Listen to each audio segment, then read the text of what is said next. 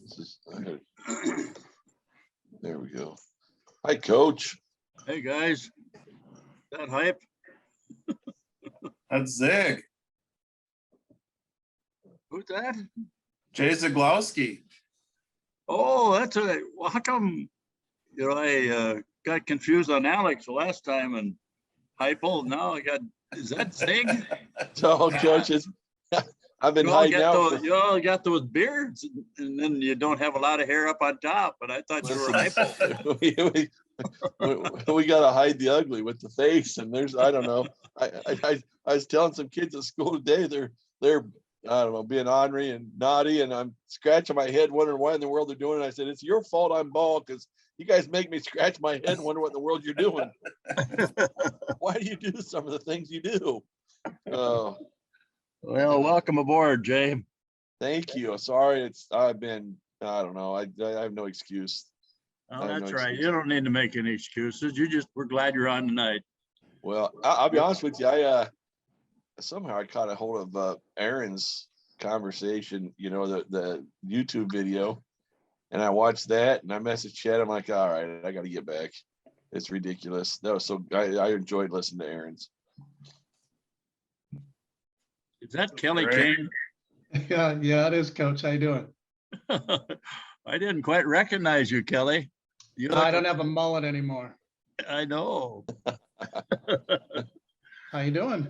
You guys are all under disguise here for some reason. Yeah, you know what? Any different? No, Great to see you though, Kelly. Great to see you. Are you in Omaha or where? Yeah, I'm in Omaha. You got 5 kids? Now I got 2. I got a okay. 32-year-old and an 8-year-old.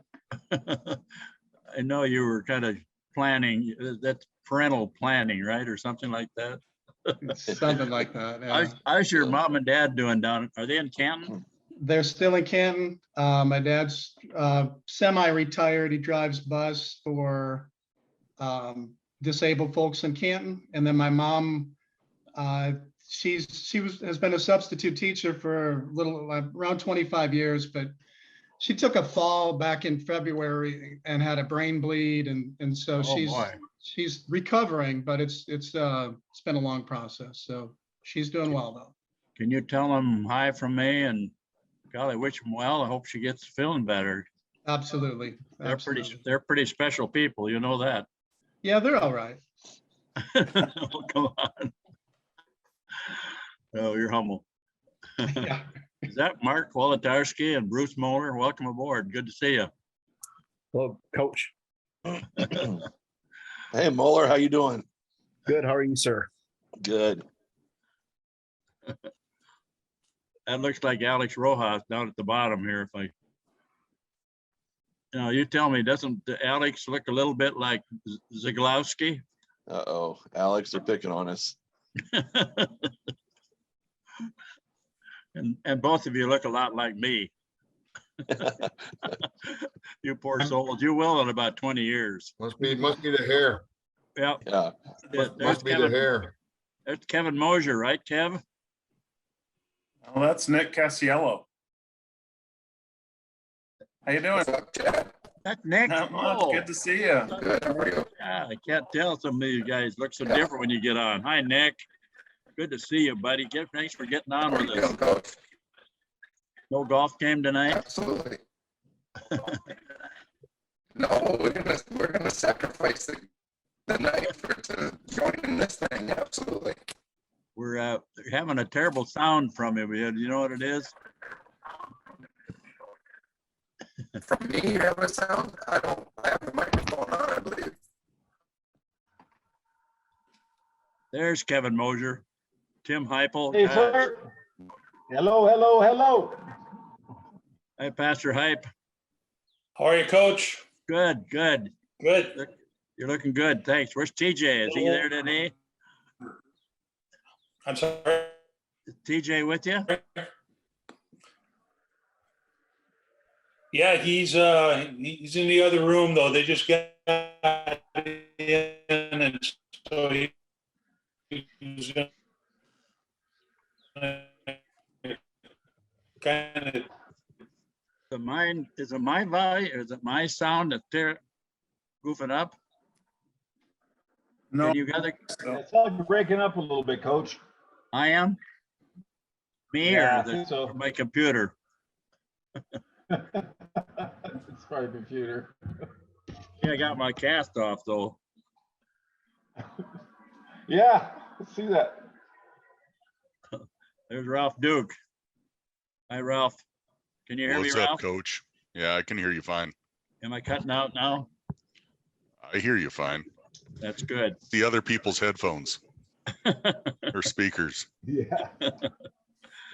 Oh, man. Good to see Zimmer tonight. Get somebody from How are you, Wyoming on Coach? there. We know we made it when we get somebody from Wyoming and That's right. Good to see guy you, from, Coach. got the guy from Arizona and golly, I'm sure we'll probably have Jay Sim if he can figure out how to get on. Got Chad, all the warm weather states represented, Wyoming and Arizona. There you go. Hey, Zim, Yes, sir. I've got a kid coming to Casper this summer that you need to know about. One of the kids from our church playing baseball with a bunch of other college kids there in Casper. His name Okay. is Andrew Haight, like Wait, only Haight. So if you ever see that baseball team around in your travels around Casper, you're in Casper, right? I'm writing the info down right now. So he's playing with the Horseheads, Casper That must Horseheads. be it, yeah. Okay. Yeah, Yeah. Andrew Haight. And how do you know him, Coach? His family goes to the church I go to here in Washington. Okay. And he, I and will. he plays for Seattle U and he's playing with the Horseheads this summer. That'd be great. I'll see if I can make a contact with him. He would like it. I would like it. Hopefully you'll enjoy it. Bring him over for a little barbecue. Yeah, Cook up some elk steak for him. That'd be good. there you go. is that really the Hey. mascot, Horsehead? Yes, sir. I didn't pick it, Coach. I got a little bit of power, but not that much. Actually, very little. Hi, TJ. hey, Coach. Good to see you. Yeah, Boy, you too. That's a great father-son picture right there. Isn't that something? If I could save it, I would put it on my mantle. Yeah, My problem is I don't have a mantle.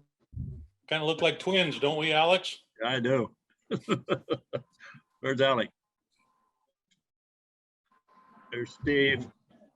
Steve with all these books behind him. I'm right here, Yeah. Coach.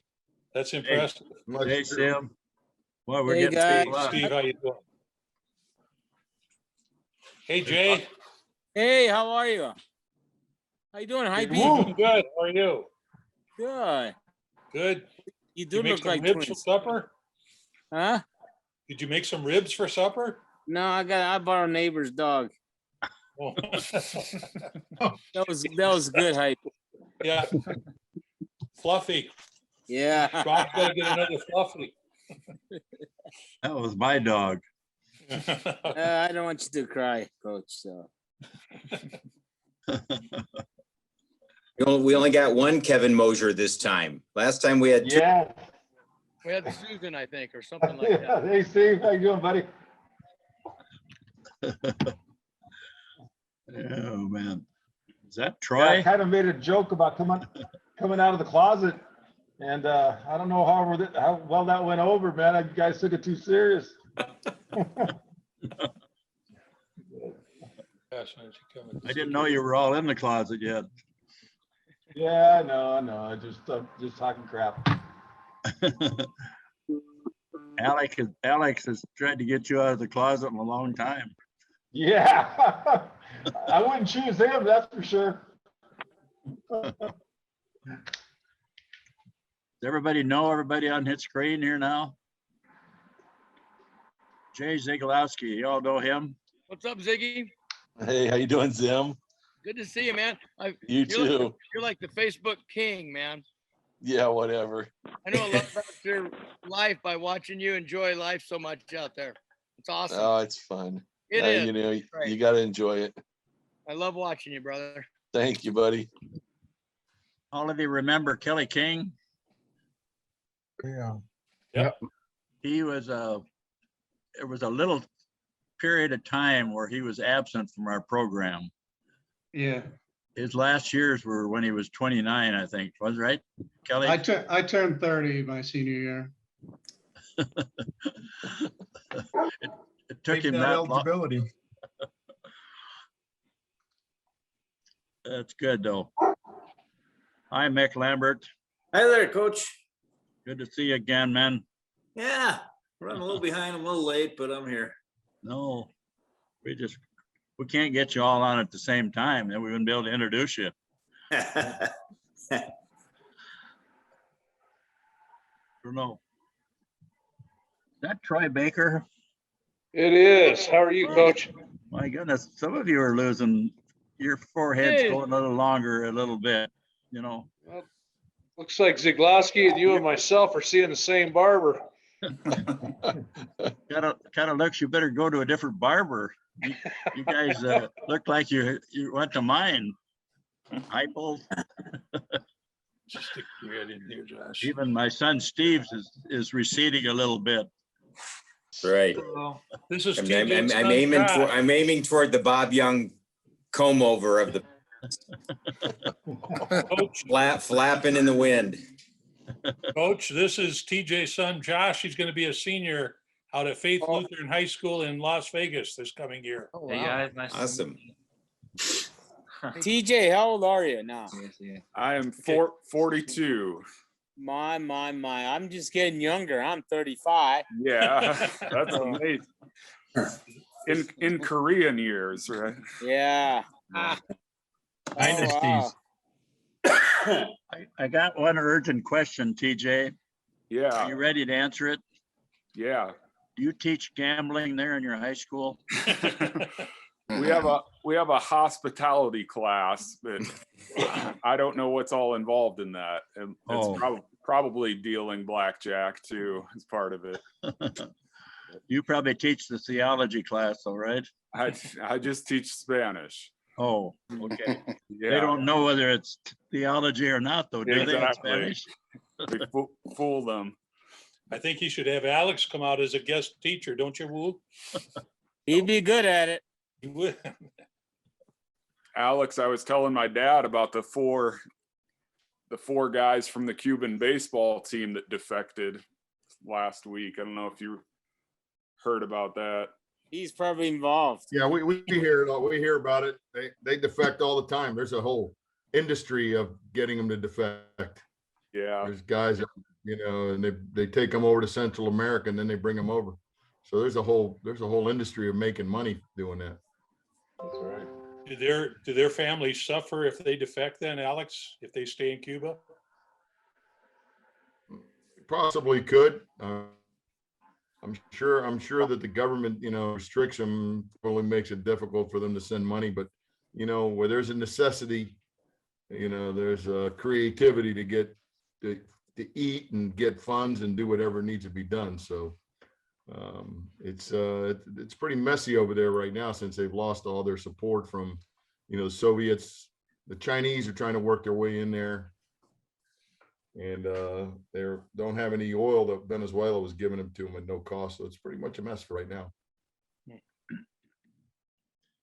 Well, I'm going to ask a couple people. We're going to try to maybe wrap it up close to 9 o'clock tonight for some of you that need to get off. And we might have a couple latecomers. I know John Fuller was going to try to get on tonight. He has an elder meeting at his church, but I told him, he can tell them that the older elder is requesting his presence on. How about that? You got that, guys?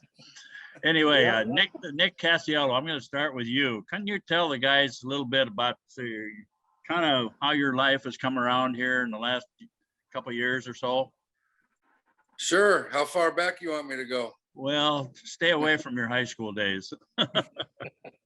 Those are mild compared to what I did later in life. However, yeah, I definitely, well, I don't know everybody that's on this video. I know a few of you. I played in '88. I was a freshman. I went to high school in Florida, got recruited by coach. lived in Sioux Falls, had a great life. And this is kind of a lesson. I don't know who we're talking to here, if everybody, but it's kind of a lesson on never taking anything for granted. But basically, I got divorced. My wife was unfaithful. I fell into deep depression and self-medicated, got addicted to meth, and was on a downward spiral quick. So everything that I've ever built in my life was gone within a couple of years. And that's the biggest thing, was my word. And I was not reliable. And you know, I was a victim of addiction. You know, guys just don't go to counselors. If hindsight was 20/20, I would have definitely went. But we all try to fix our own problems, and we hold on to that steering wheel. And I had a tight grip on it. Well, anyway, I crashed. Needless to say, I spent 5 years in federal prison, starting in 2014, got out in 2019. And since I've been out, and while I was in, I should mention, I got in trouble and spent 80 days in the hole. And that's where I turned back to Jesus and just surrendered. And, you know, I was done being me and being fed up with my stupid decisions I've made, and did not blame anybody, took full ownership of it. But me and the Apostle Paul got very close in those 80 days. And whatever I was going through paled in comparison to what Paul had to go through. And I just was done. I was fed up. And, you know, I mean, it's easy for me to sit there and say, well, I was in prison, I got so, yeah, I did. But, you know, there was also temptations in there. And that time spent was really, it was the end of it. I mean, you know, we can call ourselves Christians or say we're, you know, believe in Jesus and the Bible and stuff. But how often do we, you know, we use our human instincts, so to speak, when we get into a bad situation. Or, you know, what I tell people, I speak at Keystone Treatment. I try to go twice a month. You know, when things are good, things are good. It's when things are bad, do you delve into that addiction? Do you delve into that bottle? Do you delve into whatever your vice is? Or do you ask God to help you and surrender and try to be as faithful as you can? So in a roundabout way, going to prison saved my salvation, in my estimation. And Coach asked me to speak tonight. Obviously, I was invited before this, but I felt compelled when Coach reached out, and I called him up and stuff. And obviously the coup is a very, those that went when it was Sioux Falls College, it's a very kind of a unique, it's changed a lot since we went to college. Let's put it that way. But I'm more than honored to be asked to give my testimony and to speak. And I'm not ashamed of what happened. It is what happened. It's what you do when you get knocked down. And I'm very grateful. In a roundabout way, going the path I went down was probably the best thing that happened to me in the long run. So what's the best thing that you find for support nowadays to really help you? A nice cigar and a nice golf course. I know you play a lot of golf. No, I play a lot of golf. You know, Coach, waking up in the morning, I have my shades open, no matter winter, summer. First thing I do is I look out, and I don't see bars. I don't see razor wire. And every day I do it every day. First thing I do is I look out, and I appreciate my freedom. And I also appreciate the blessings that the Lord has bestowed upon me. And I wake up and I'm thankful, and I'm not as diligent as far as saying my daily devotionals, but getting my day started with the prayer and getting out the door with that mindset really, really starts my day.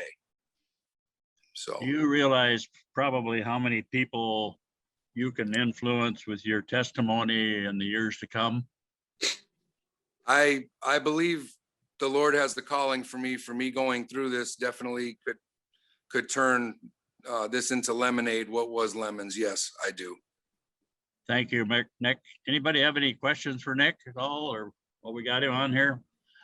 Not that you have to leave us. I'm just opening it up. Anybody Can I say one thing, Coach? No, those of you that don't know me, Coach did have hair when he met me, and I think that was the last person he recruited from Florida. So anyway, I don't think that was a coincidence. I went to Wyoming. I went to Wyoming instead. Exactly. Hey, Nick, this is Jay. How's your kids doing? Great. Antonio got his master's degree. He's an accountant, works downtown Sioux Falls, and my daughter Coley just graduated early, actually, from Grand Canyon University in Phoenix. Okay, Wow. good. Yeah, very blessed. Very blessed. I have two wonderful children. And pretty close to them? Absolutely. Absolutely. Yep. Good. Yep. That was a tough time when Antonio was in high school, right, for you? Well, yeah, I mean, you know, you coach them all the way up in junior football and all this stuff. And then by the time you get to sit back and relax and see your son play without having to be on the sidelines, and then you did something to prevent that from happening. Yes. That's, yeah, I remember listening to the radio when I think it was opening night, Lincoln, Coach Sim against O'Gorman. I was at Keystone Treatment in 2014 and was listening to the game. I was in Yankton County Jail when he played in the state basketball tournament, and the warden of the jail allowed us to watch the game. So I had the whole unit rooting for my son. It was pretty special, but I missed it. Yeah. And, you know, it's something that, you know, obviously is a time lost in my life, but I don't sit there and get depressed thinking about that stuff. I just cherish the times I see with them now. But yes, I would have loved to. I heard great things about my son playing in high school. So he was good. No doubt about You bet. it. Jay Sim, how are you doing with your treatments and everything? I know you're going to be going down to Omaha here not next week, week after, right? Yeah. I had a blood work done Monday. Then I have MRI done on next week and CT scan to see how that chemo went.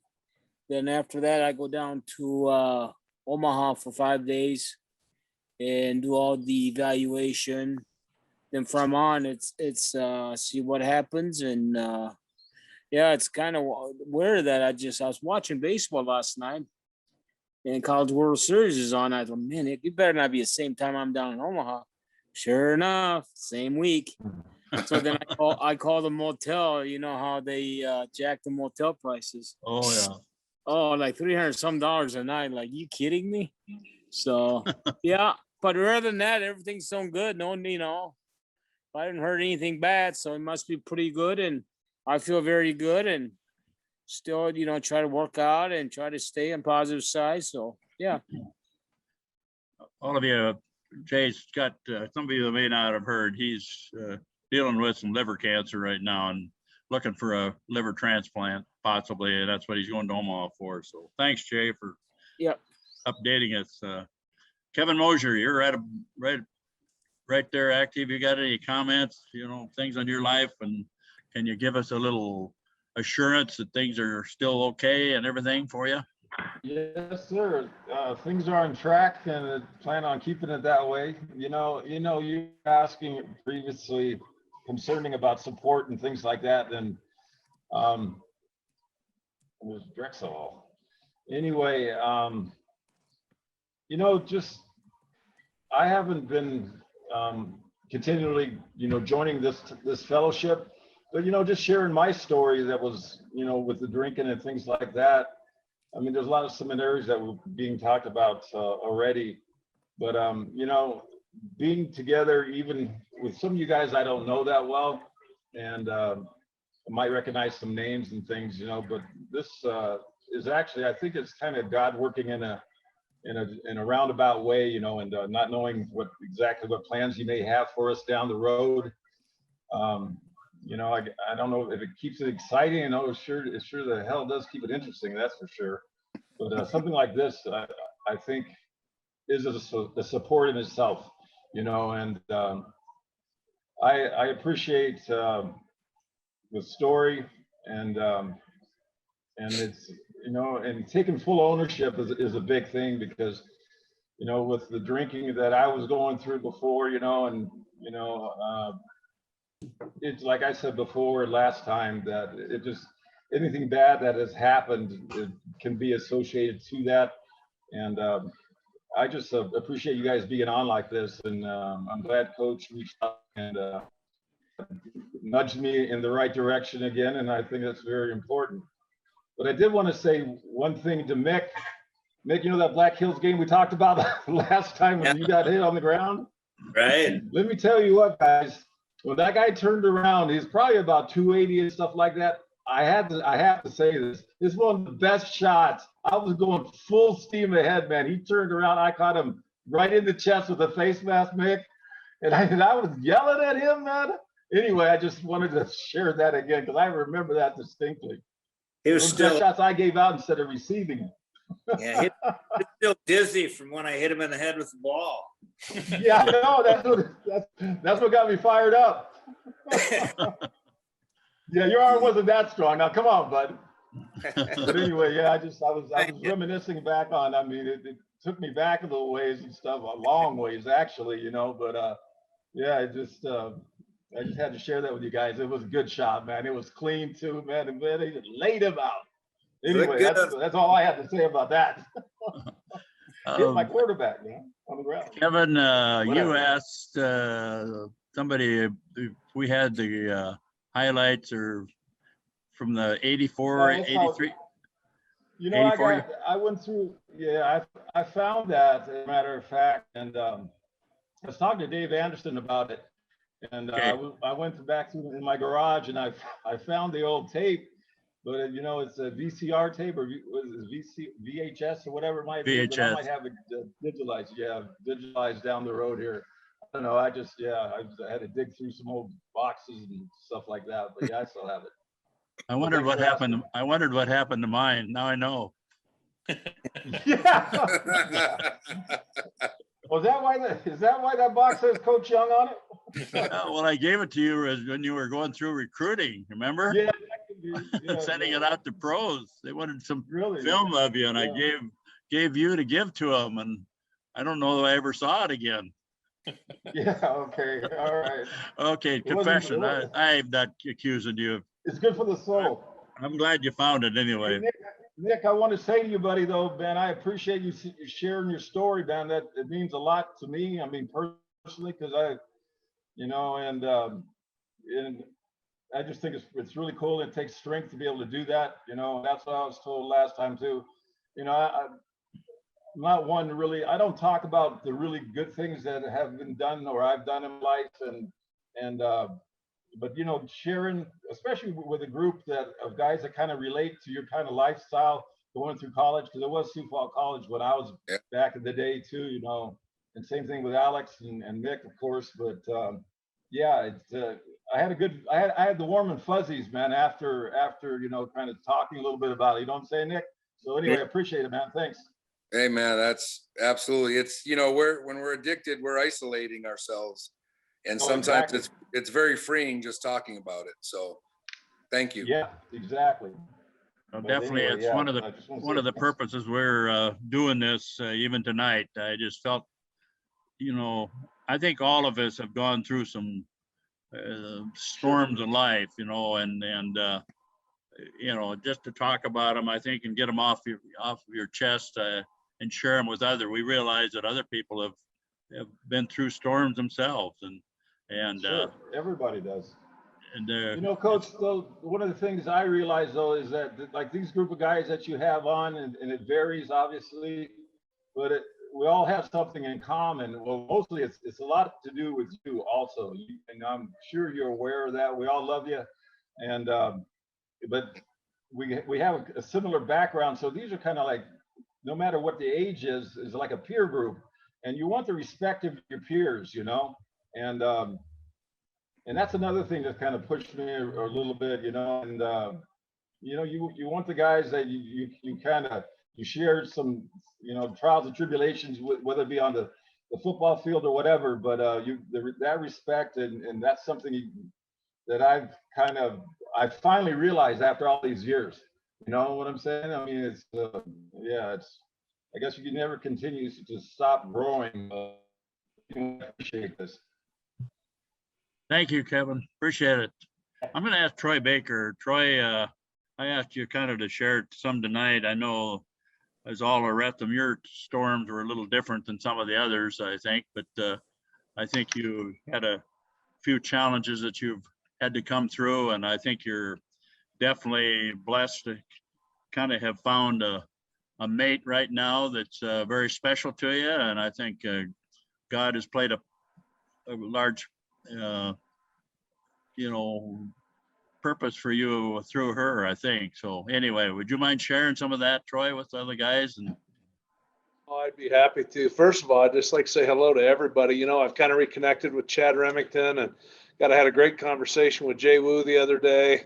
Ed Kester called the other night on his way to the Bighorn River to go fishing. And I haven't seen Kelly forever. Just nice to see everybody. We were at the coup from 85 to 90. I like to affectionately tell my kids that I crammed 4 years of college into 5 and had a great time doing it. So we obviously we had a lot of fun at Sioux Falls College, but I had dated a gal for a long time when we got married, and we had 5 children together. And we kind of went into some businesses with her father, and we were very successful for a long time. And then she had some mental issues, and it was time, and it went through a very, very nasty divorce. It was just horrible. She was very, very vindictive and horrible to my kids, and it was just not a good time. And I gave up 20 years of a career, and then you're unemployed, and you're trying to figure out what the heck you're going to do. And I think the good Lord stepped in, and after about a year of being unemployed and trying to figure out where to go and what to do, I met a gal, and she's just a phenomenal lady. She's a nurse practitioner, midwife, and we ended up kind of seeing each other, and we knew each other, but she's an awesome lady. And about a year later, I ran into an old friend of mine that had the Chevy dealership, and we were at a wedding, and he said, "Why don't you buy us out of this?" And we started talking, and I called him about 2 weeks later on the suggestion of my now wife. She said, "Call him." So I called him, and he said, "I need about another 10 years out of this." But I said, "Well, how about an operating partner?" Well, he kind of, long story short, I ended up buying half the company. So we're now selling Chevrolets when we can get them.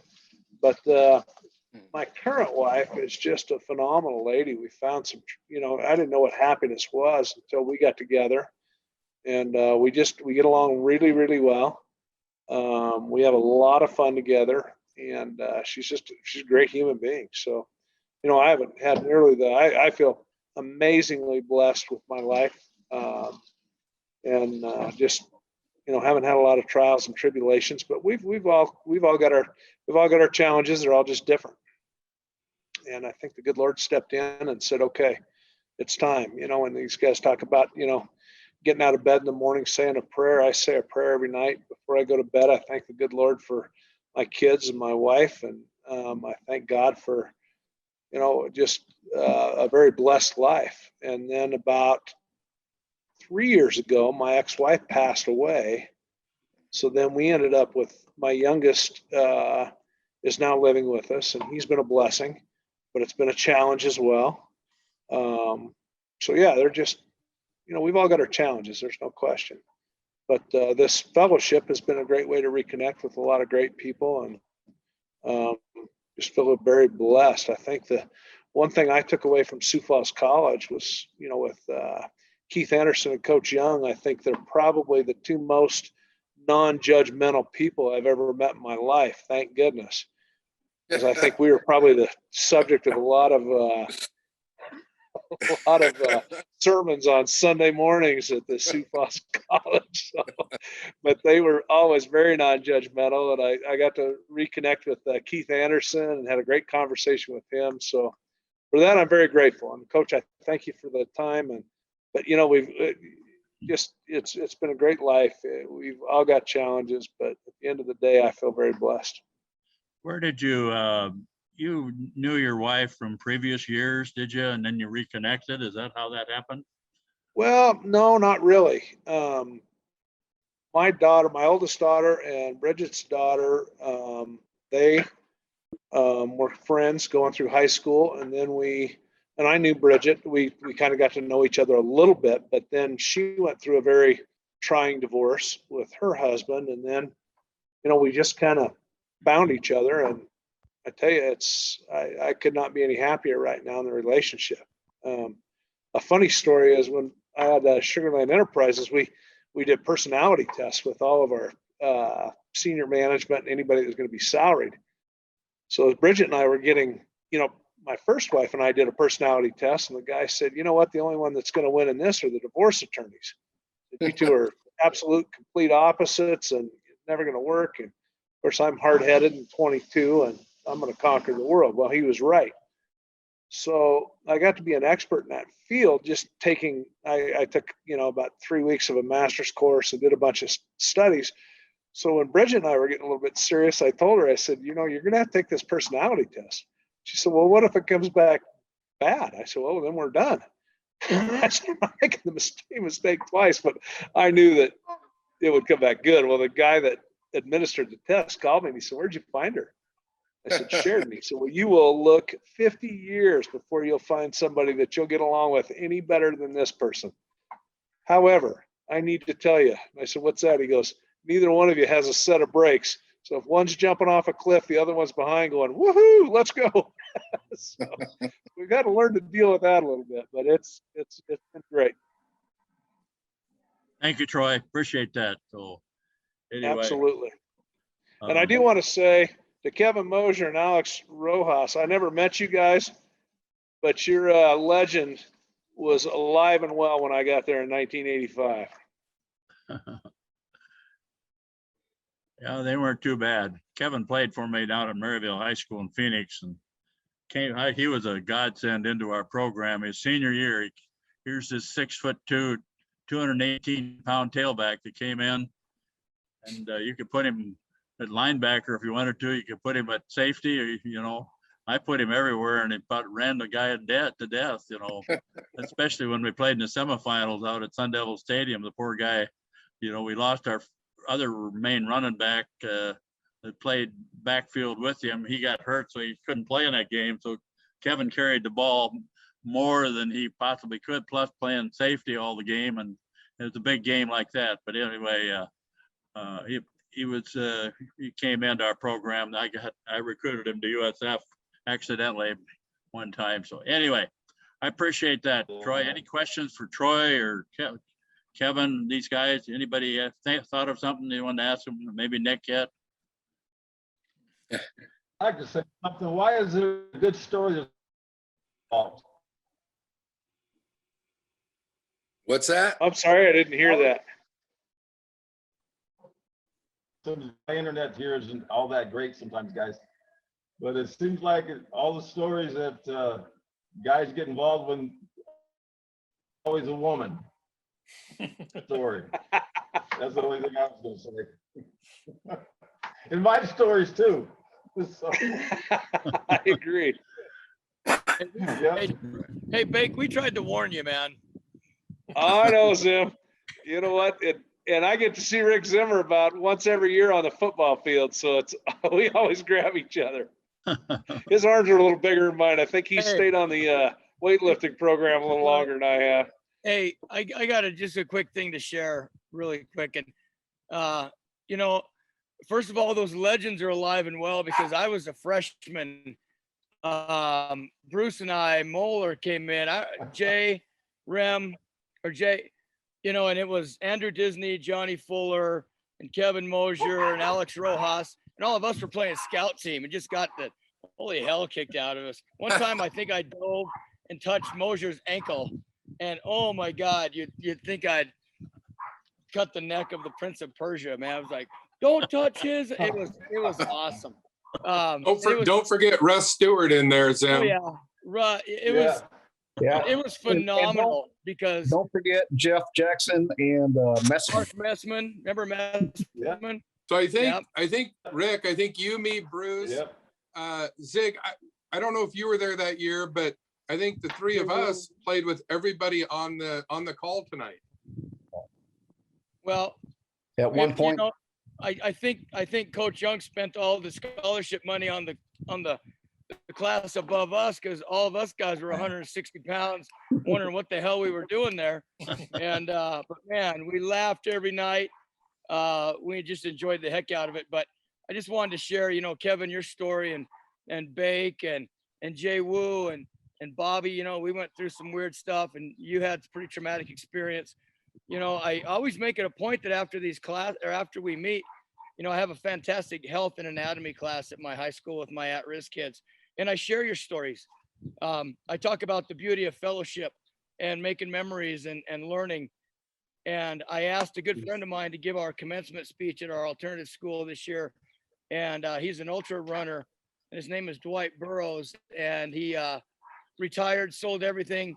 Was just going to run across America, just fantastic. And 3 months into it, had a seizure in Minnesota, and was diagnosed with a glioblast multiforme, 100% fatal brain cancer, brain tumor. And he spoke at our graduation a couple of weeks ago. And I remember him saying, one of the slides he put up was, after all the running I did in my life, it really wasn't about the running. It was about the memories along the way and the people he ran into. And, Kevin was right when he alluded to, we're all here for each other, and it's really not all about football. I mean, that's what brought us together, but here we are today. And I'm sharing your stories, and I share my own stories. And another thing that Dwight said in his speech was, sometimes life gives you a badly wrapped present.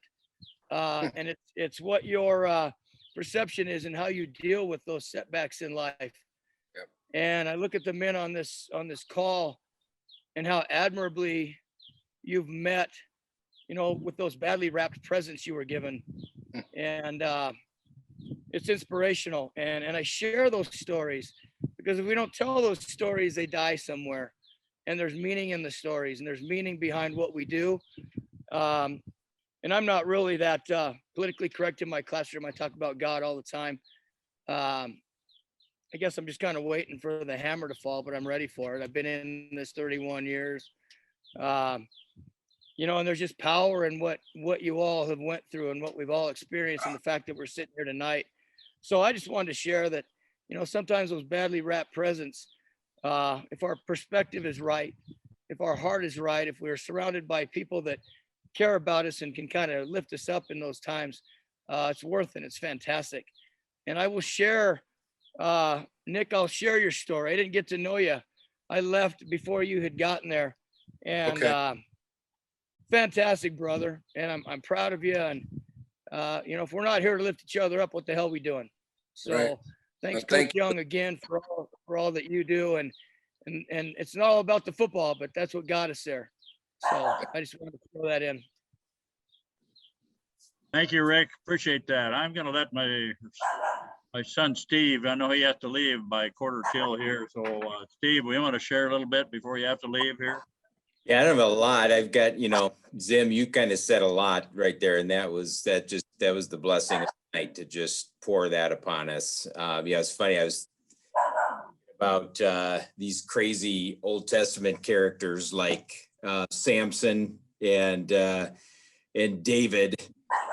They both, just like you said, Kevin, they both kind of went down because they couldn't control themselves. On one hand, with women, probably with being full of themselves, and ultimately one of them, Samson, the strongest one of all, the one that we kind of look at and look at as man of all men, ends up not being able to carry through. And the other one, who falls just as hard as Samson does, but he looks up and says, God, I can't do it on my own. It's remarkable. You put those two stories together and you get two guys who are really gifted, whether it's by personality or physical strength or just whatever spiritual stuff that God gave them. And they're gifted. God gifted them for a purpose, but they still fell. They both fell hard. and one didn't look back to God, and so he fell all the way and was killed in the process, obviously. But the other, that's why we call him a man after God's own heart. You look at a lot of David's story and you say, wait, that doesn't look like a man after God's own heart. But ultimately, he came to the end of himself. God, I need you. And that's what I'm hearing in your stories. And that's, I mean, and Zim, just like you said, these stories are powerful for me as I try to, my own life, but also as I connect with men in our church who are struggling. It's great to be able to have these kind of stories to share with, give them hope, to kind of lift them up. So I just really, really appreciate that. And just a reminder, we're all just trying to scramble to keep looking to God and through his word, through this kind of thing. I mean, you guys are the word of God in your lives for one another. So thanks, Steve. Appreciate it. Bless Any you questions? guys. I'm going to call on Drexel Jensen. Jenkins Jensen. I got a Jensen in there. Jenkins, are you on? There he is, Drexel. You were on last time, kind of prompted my thoughts a little bit in terms of your life and everything. Maybe you can give us a little history of where you have been, maybe where you are today. Okay, Coach. Again, I'm thankful that as of this day and on this call, life is good. When we talk about some of the heavier struggles, none of mine went to anything very deep, depressions or addictions or anything of that nature. But like all of us, Zim, I think mentioned, we've all been gifted ugly packages. We've all been the recipients of things that have shaken our lives and taken us off course. And, mine is no different. I spent a long time in a very dysfunctional marriage. My first marriage, I've been married now twice, Coach. And, there were some losses that came as a result of that marriage, meaning financial losses, separation of family, which is probably the heaviest thing that I've ever experienced. I had 2 children from my marriage. And when we separated, my wife relocated from Florida and she moved to Georgia. So to see, your young kids packed up in a U-Haul and, possessions moved and just being displaced that way was probably the darkest time period in my life. And so, there's a lot of growth and maturity that came out of that transition, getting from the point of being in a low place. And again, I don't want to overstate it to say that, I had any type of, thoughts of, depression that was deep or suicidal thoughts or anything that was really inflicting pain on myself or in any way, but just the type of thoughts that you're feeling like, what do you do wrong? I thought I was living good. I was being a good husband in my eyes and things still failed. And I think that when you go through periods of time, or I recognize now that when you go through periods of time, and I'm going to tie this into faith, where you're living without faith, and I was during many years of my marriage, I recognized that I didn't have a resource to go to, Coach. I didn't have something that I could tie into or invest my time and thoughts and focus and commitment to. And when I found the Lord, which was now about 7 years ago, and I remember it to the time period because a very close friend of mine that I played high school ball with was a pastor. He happened to see me at an outing and we reconnected. We talked about my loss. We talked about the loss of my family, my wife, my kids, etc. And he invited me to come to a prayer session on Wednesday evenings. And that's what really reconnected me with the Lord, with familiar persons of faith, and being committed to a routine that was religious in the sense that I was engaged in a Bible study every week. I was at church every Sunday. And I'm not saying that this path, my path, is the right way or the only way for anyone, but I firmly believe, Coach, that faith and commitment and just walking a life that resembles that of God, being a believer, has been what's changed and shaped the new life that I now live. What happened as a result of that, I just became in a company of persons that were people of faith. I began to hang in different circles. I began to see life differently. It was no longer woe to me. It was no longer reprocessing thoughts that I couldn't change, and developing a mentality to accept the things that you can't change and then move forward and focus only on the things that you can. I really just redirected my thoughts on what can I do to improve myself? What can I do to improve my walk? What can I do to try my best to resemble a man of faith and a man of God? I don't want to tie all of this back to my experience in Sioux Falls, but that experience actually was the first time that I was in the presence of men of faith, athletes of faith. I had never had that experience before. So when I'd like to tell my friends about my experience, I had never been around, and I'm just going to call it what it is. I had never been around white people before the way I was when I went to South Dakota. Okay, there wasn't a white guy on my football team, man. I never played, never been around persons that were non-African American people. So for me to go and have that experience and have something that touched me, and again, I like to say poured something into me that I never lost, I came in contact with that again through another buddy, a partner, if you will, a brother of faith, and it's reshaped my life. Since then, I met a beautiful woman. I remarried. I'm happy as I could be. My life's very stable, but I know that I'm prayerful about all things. I know that I'm engaged in a lifestyle that I'm consciously thinking about how can I give back and I can serve others, whether it's through my time, helping persons who might not understand finances, for an example, and come to me and ask questions because I had a long career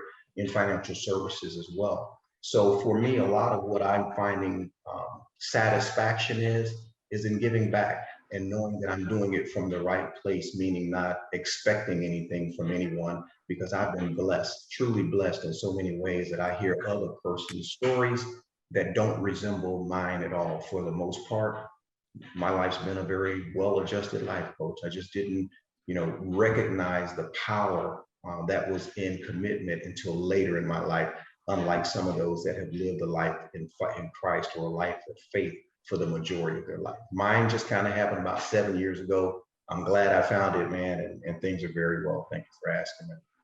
That's powerful, Drexel. I really appreciate you sharing that. Sure. Thank you. Anybody Absolutely. have any comments? Absolutely. Bruce Moeller, I may put you on the spot a little bit, but I think it's about time that I do that because you've been on quite a few times, and I'd really like to kind of hear your thoughts in terms of your life right now. And I know you're a farm boy from Minnesota, and I'm a farm boy from Southeast South Dakota many years ago, and I always like that connection of hearing from a farm boy from Minnesota. So why don't you just share a little bit with the guys tonight, will you please?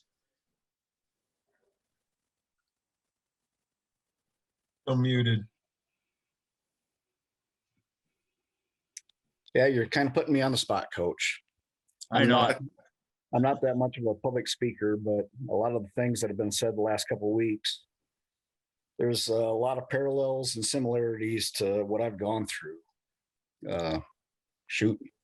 For quite a while. And there's been a lot of ups and downs. One of the things that really sticks in my mind is talking or listening to Aaron Beavers speak, 2 weeks ago or whatever. And success sometimes drags you down more than failure brings you down for different reasons, anxiety, depression, your hope for more. What more do you have to attain? And it's been kind of rough, and I still have my ups and downs. I'll be honest with you, and it's how it is. I have go year or two without drinking, and then all of a sudden something hits, and I can't explain it. So I'm still not in a perfect place, but I do pray every day, and I go to church as often as I can and try to stay around good people that can help point me in the right direction. Yeah, that's more than I've said in a long time. So I apologize if it didn't come out all right, but anyway. I think you did a good job, Bruce. I proud of you, man. And you were the right guy when Ed Kester got hurt. I know that. So he led us. What'd you have? 4 games you stepped in and led us to some victories there after Ed got hurt. Well, that maybe it's up to 5 or 6 now. I can't remember. None of that matters, Coach. We went undefeated and made the playoffs for the first year. That's all that matters. That's right. That's right. Mhm. Thanks, Bruce. We're praying for rain for you too, right? Well, I think we're already into the insurance phase, but we'll take whatever we can get. Yeah. Okay. Appreciate it. Thanks, guys, and thanks for listening. Well, thanks for sharing, Bruce. Thanks for sharing, Bruce. Absolutely. Thanks for sharing, man. You say you're not, comfortable speaking, but one of the things I can hear is that when it comes from the heart and when it's sincere, it always comes across clearly, right? You make your point 100%, and that's what I just heard. So, if you're taking a step and being in the company of the right people, definitely a step in the right direction, right? If you start making that a regular habit, then you're making multiple steps in that direction. Next thing you know, you're walking down that path, man. So, I'm not trying to oversimplify it, but it starts with taking an effort, and you speaking is one step. You congregating and fellowshipping with those persons, that's another step. So, I'm encouraging you, man, to just keep on pushing, because I don't think it's as hard sometimes as we make certain scenarios. Commitment makes a difference. You got to do things consistently and stay at it, brother. And I sincerely wish you the best, man. Thank you, Drexel. Yeah, man. Brother. Bobby Booth, you got any comments? We haven't had you talk for a while, I don't think. Well, I was just sitting here thinking that, back in the day, we've got Coach Heupel, we got Coach Wolotarski, we have Coach Young. You guys were the ones that did all the talking. And, now, you were the grown-ups. And now we're kind of the grown-ups a little bit, but, just the sharing that's going on, I think is extremely powerful. Bruce, I'm here for you 24/7. We don't talk as much as maybe we should, but we do talk now and then. Troy Baker, it's awesome to see you. I don't know what you got around your upper lip here, but it looks kind of funky. But great to see you. Bob. I can always count on an honest assessment from you. It's been a long time since I've seen you, but I think I've got a connection with everybody on this call to not far degrees of separation. And I just think that I think Drex, maybe you mentioned it, I can't remember who, but it all kind of started with Coach Young, and you're kind of the center of all this. And Troy, you made one comment about Coach Young that I had not heard, but rang so true, as being one of the most non-judgmental people on the face of this earth, and he truly is. The fact that you guys have the courage to share your stories with us, I think is extremely powerful. I kind of like Drex, I have not had the challenges many of you guys have. And I tip my hat to you guys to be able to share those. If I had those challenges, I don't know what I'd do. I'd probably hide under a rock. But for you guys to come out from that rock and share those, I think is absolutely amazing. It speaks to your courage. It speaks to your desire to make a better person out of yourself and to learn and move forward. And Nick, I think for you, Coach was right. How many people are you going to affect going forward? Oh my gosh. I mean, your story and, the direction you're heading, I think is amazing. Kevin, you are an extremely strong person, physically and mentally. You're gonna beat this. Woo, you're woo. You're gonna come out okay somehow. Troy, I've heard some of the stories a little bit about what's going on in your life, but it sounds like you're making a remarkable comeback, and that's awesome. And I don't know. I think it's amazing what this has done. I've I've tried to be on most all of these, and to hear the stories and to see where people are heading and what they're doing with their lives is very humbling. You know, I don't know. I think I lead a pretty boring life listening to some of these stories, and you know, some days I'm okay with boring. But I think what we've got here is something that, you know, you look at big programs over, you know, across the country, football programs. I don't think any of those big football programs can hold a candle to what we have going right here. You know, I think it's just an amazing thing that's going on, and it's, you know, being up in the Northwest, I feel kind of isolated. I know some of you guys see each other quite a bit, and I look forward to coming back in October and hopefully seeing as many of you guys as I can. But I don't know. I just think this is pretty amazing. Thank you, Bobby. Kelly King, it's been, I don't remember having you on before. Maybe you have, but maybe you can give us a little, now that you've heard some of these other speak, you might not have a story quite like theirs, but why don't you fill us in on your life a little bit? Oh, I think I could compete.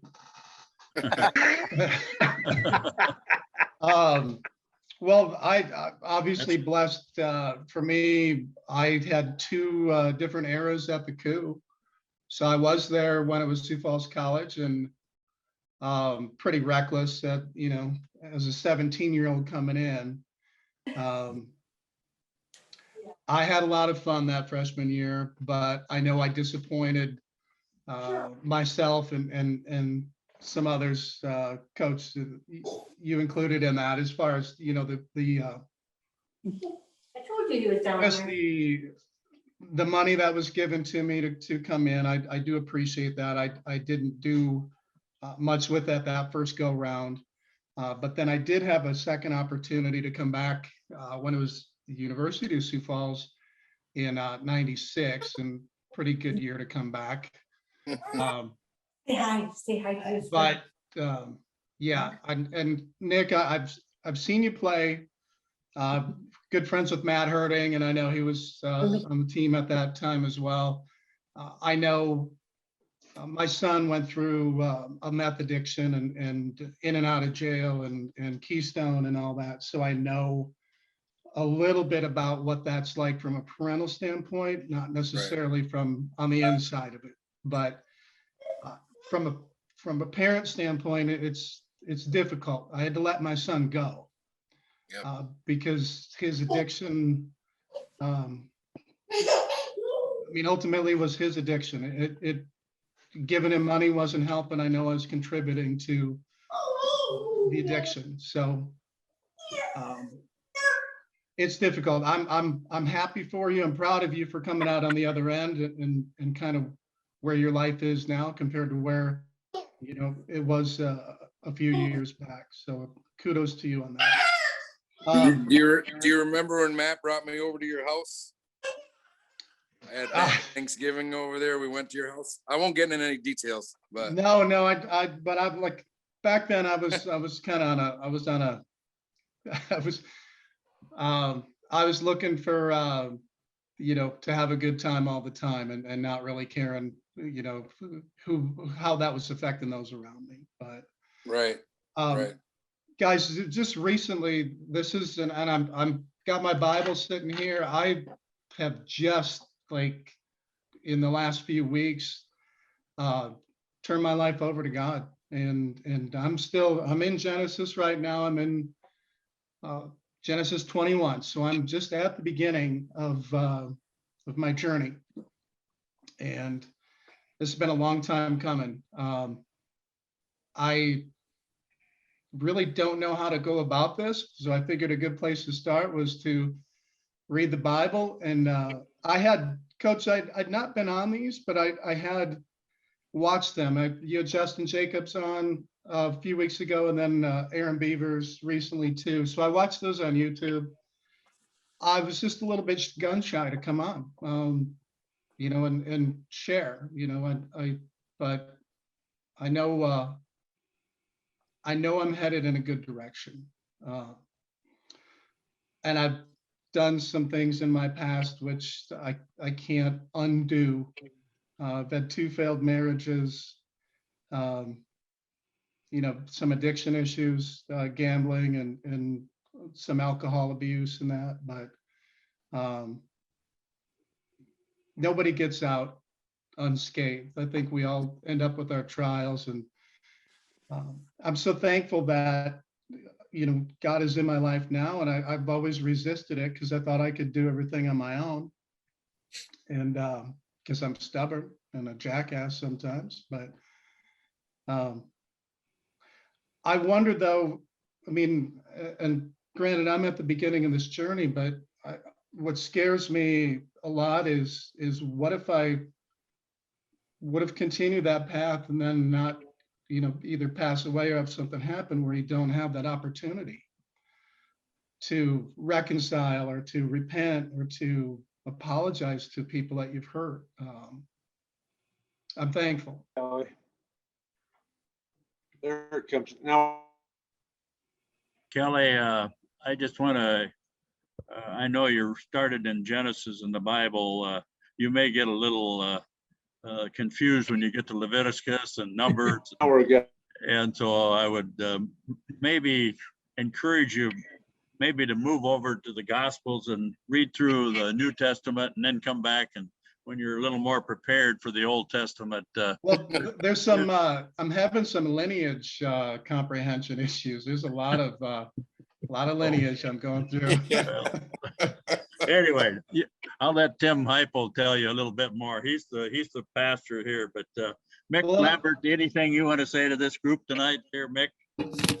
I just enjoy listening to you guys. It's just, it's where I'm getting a lot of my spiritual stuff right now, I guess, listening to you guys. And I haven't had a lot of things going on. I got 3 grandkids. One was here, we're watching tonight. So it's time for her to go to bed. So my daughter's a nurse and so is her husband. So they're on rotating night and day shifts. So every once in a while we got to watch one of them. But I just, like Kevin, you know, guys that were on, played with me and think about you guys, you know, every week now, and where I never knew anything about you, you know, for the last year or so. So anyway, you guys are fabulous guys to listen to and got some good stuff. So about all I got right now. Okay. Just curious, you used to have a commercial that said something about call Don if you're what? It was call Mick if you're hot and Don if you're cold. I'm calling Mick right now because this 95-degree temperature is getting a little bit tough. So can I call you and see what you can do about it? Sure. Yeah. Yeah. Been putting in some longer hours now when it's in the 90s. So I bet. Yeah. Okay. Thanks, Mick. Appreciate it. And Jay Zigulowski, it's been a while, I guess. We haven't seen your fun face. Maybe you want to add a little bit here toward the end here to just kind of give her your thoughts. And we're going to turn it over to Heupel here at the end. So I haven't been involved for quite a while here, but I'll be honest, I listened to Aaron's message on YouTube a week or so ago. I messaged Chad right away and I said, brother, I've been absent. I use every excuse under the sun because I've been busy and this and that and life's crazy, but the fellowship is phenomenal. And you know, it's time to get back and hear these stories. And, you know, again, I'm kind of with everybody else. I know, I don't think there's anybody on here that I didn't either wasn't at the coup with or hadn't heard about. You know, we talked about Mosier and those guys, you guys' legacy, and, you know, we knew all about you guys. So I don't think there's anybody on here I didn't know, but boy, just hearing the fellowship and the stories of some of you guys, and had no idea that some of you guys have gone through what you've gone through. And boy, it's uplifting to hear you guys make it through those struggles and know that you have a brotherhood here to rely on, and people that will pray for you. And, you know, you humble yourselves before all of us and say, you know, I'm far from perfect, and and it's just very inspiring to me, and it's definitely a pick me up to hear these stories, guys. Appreciate your time and your efforts in doing that, and it's great to see you guys. So thank you. Thanks a lot. Mark, will you got any comment? Walter Tarski there? I mean, yeah, I do. I have one, and then I want to hear Tim. I have actually some pretty good news. I serve on the Alumni Association board for the coup, and actually I'm just going off the board this year, but we had been lobbying with John Solberg to get some notice of teams from the 80s. The 1981 team that won a conference, the first conference title in the school history, is going to be inducted into the Hall of Fame this October. So Bobby, we're all going to be there. Another Hall of Fame celebration. This one a little bigger, I hope, than our last one. But anyway, for all of you that were part of that team, Mick, what year was your senior year? 84. I was there in 80 to 84. I think that was my second year when we had 9-1. So anyway, this was the conference championship one. I think the 9-1 team was the highest ranked ever, but didn't win the conference championship. So they're going back to 81 team that won that, and trying to get as many people back there so that this Zoom thing blossoms into a whole bunch of face-to-face celebration as well. So anyway, Bobby will be there, right, Bobby? I'm assuming so. okay, Hype, we're gonna put you on, buddy. You and TJ maybe want to get words of wisdom that you can share to kind of bring this maybe to a close tonight. But anyway, go ahead, Tim. Good, and you guys are so right. The storms of life, they're just perpetual, and nobody went through the Bible unscathed. Nobody goes through life unscathed. And I read once, when you're facing the storms of life, don't tell God how big your storm is, but rather tell the storm how big your God is. And so I think we have to change the lenses at times, and the lenses have to be changed to see God and to see Him bigger than anything else that we're ever enduring in life. I guess one of the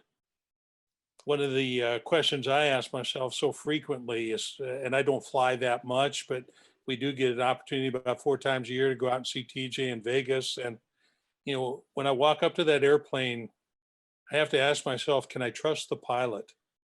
I mean, I don't even know who the pilot is, a guy or a girl. And yeah, I don't know a thing about aerodynamics. Some of you guys are smart enough that way.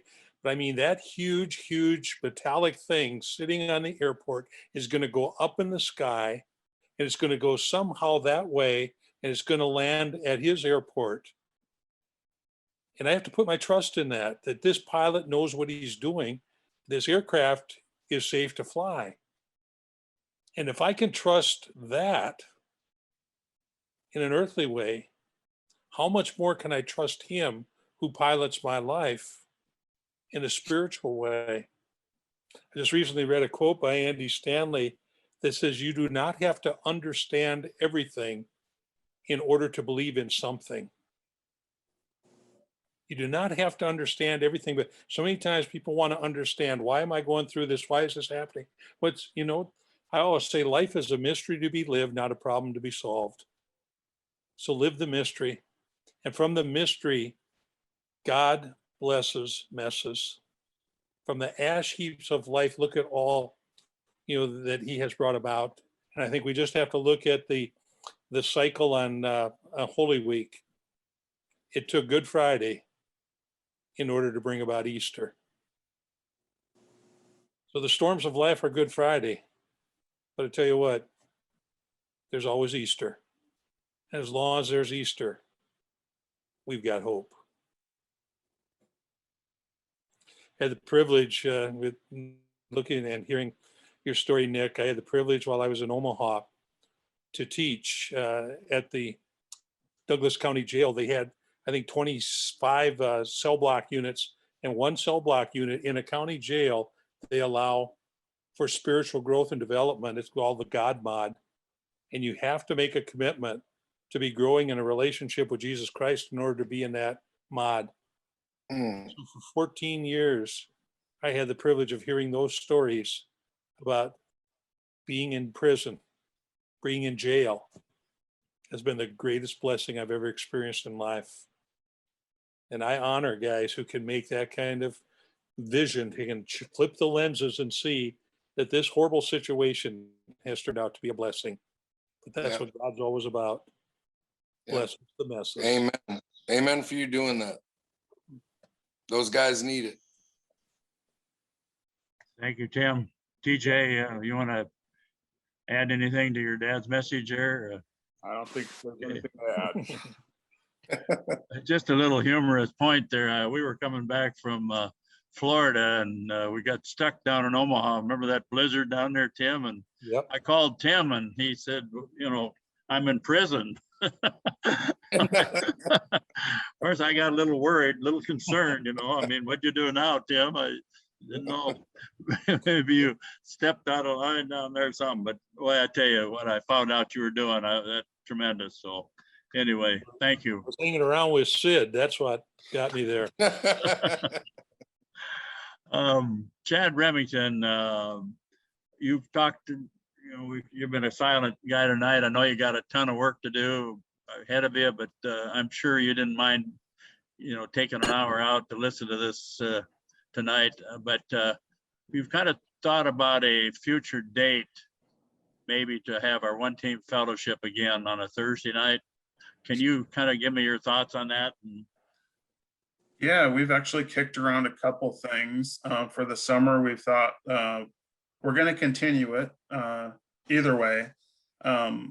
So we thought about for the summer going to once a month or to continue with the twice a month. So I'm kind of curious to hear what other guys have to say about it.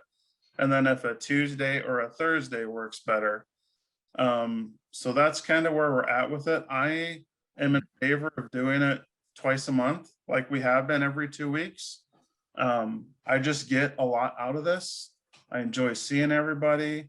I know everyone can't be on all the time, and that's fine. That's cool. But I'll be here, and we record them all. So again, I hope that's okay with everybody because I think it's beneficial for all of us to hear each other's stories. So that's kind of where we're at with it. Is Tuesday or Thursday better for everybody? I mean, this is kind of a small sample to the 230 people on the email list. Hey guys, can I chime in? I would love to see Tuesdays. They just seem to be easier. And my senior in high school is going to Chadron State football camp in the morning, so I need to sign off. I just want to say thank you to everybody. Nick, great to see you, my man. Good to It's see been you, a man. long time, brother. I know It's it. been a long time. You know, and with Good to see everybody, you. Kelly King, holy cow, you got us in so much trouble. You were running the gauntlet.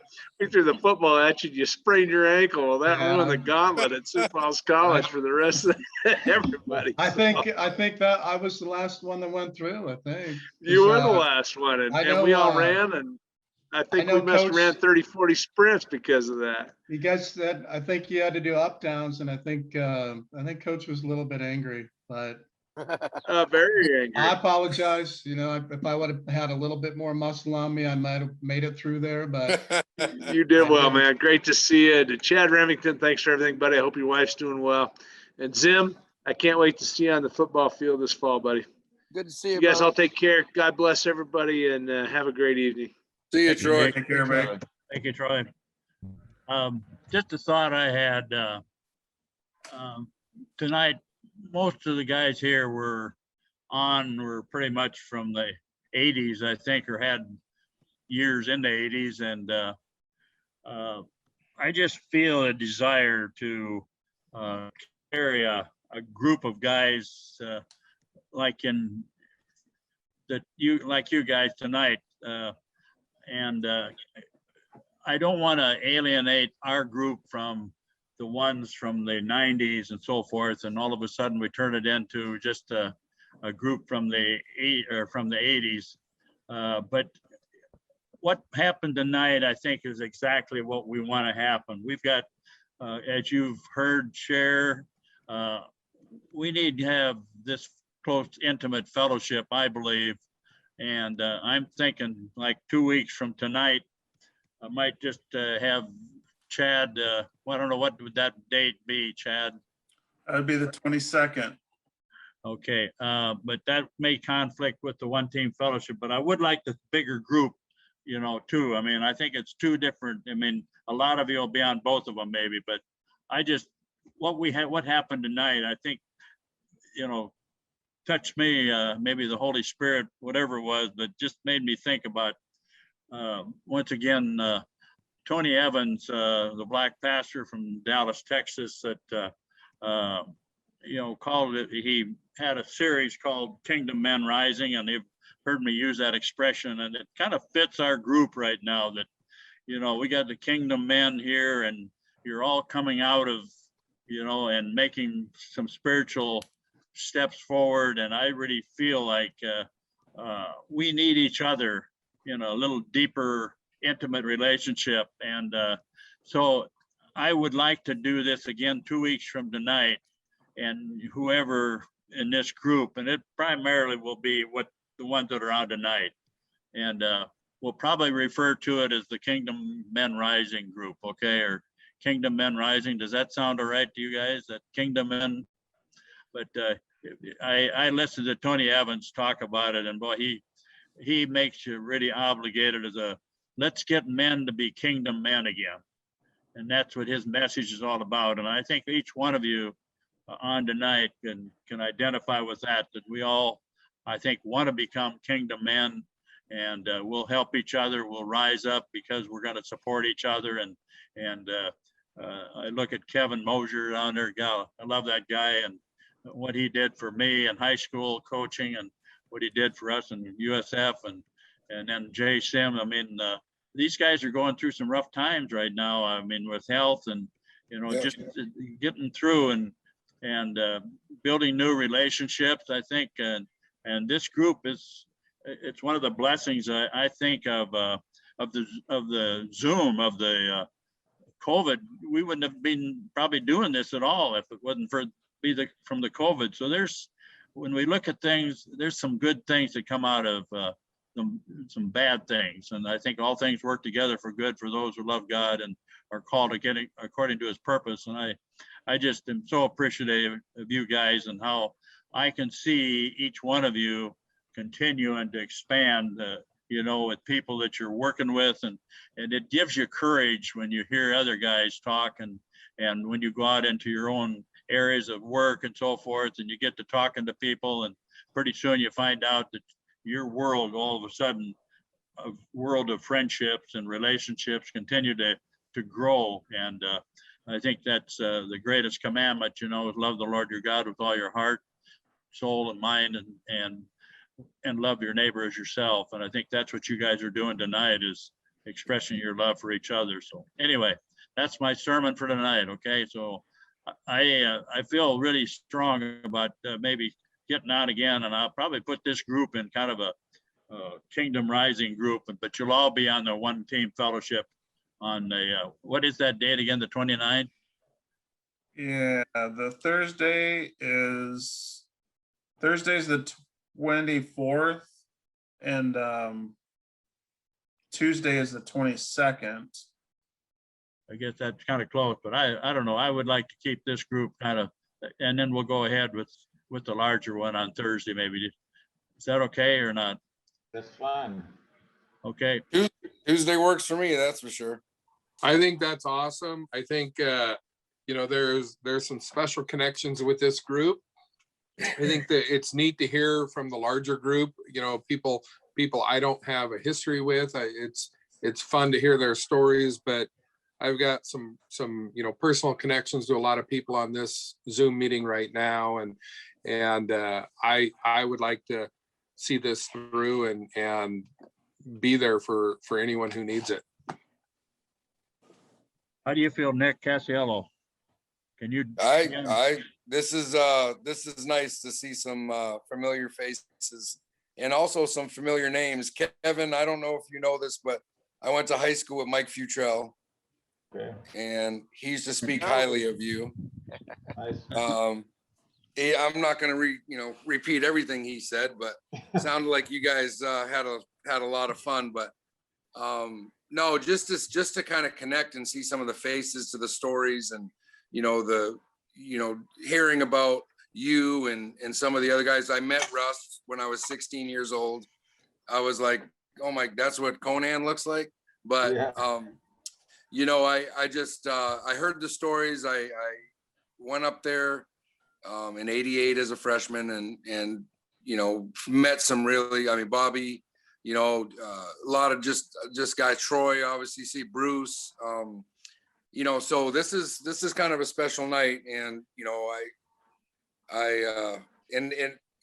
anybody struggling with anything, Coach Young has my information. I would love to just sit down and talk or whatever on a one-on-one basis too. I just feel compelled that the Lord has called me to a special place. So tonight's very, very good. I would love to come back on Tuesday and do this again, and keep this going.